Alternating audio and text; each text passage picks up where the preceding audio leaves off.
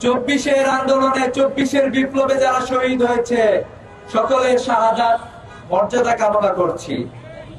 সম্মানিত উপস্থিতি, স্বাধীনতার এত বছর পরেও বাংলাদেশের মানুষ এখনো স্বাধীনতার স্বাদ গ্রহণ করতে পারে নাই।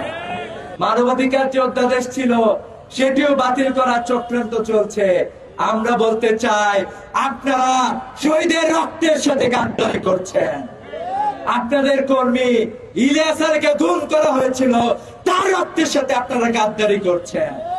বর্তমানে স্বরাষ্ট্রমন্ত্রীকে দেখছি, উনি খুবই বিভিন্ন ধরনের সংবিধানের বিষয়গুলো সামনে নিয়ে আসার চেষ্টা করছেন, অধ্যাদেশগুলো বাতিল করার চেষ্টা করছেন।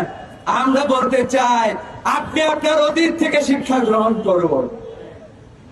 আমরা এখনো বর্তমান যে প্রধানমন্ত্রী আছে তার কাছ থেকে আমরা শুনেছিলাম উনি তার নির্বাচনী প্রচারণায় হা ভোটের পক্ষে উনি ভোট চেয়েছিলেন, কিন্তু আজকে আমরা একটি মুনাফিকি দেখতে পাচ্ছি। হা ভোটের পক্ষে উনি ক্যাম্পেইন চালাইলেন, কিন্তু তার দল অবস্থান গ্রহণ করেছে না ভোটের পক্ষে, অর্থাৎ জুলাই সনদ তারা বাস্তবায়ন করতে চায় না। প্রধানমন্ত্রী এখনো তার মুখ দিয়ে কোনো কিছু বলেন নাই।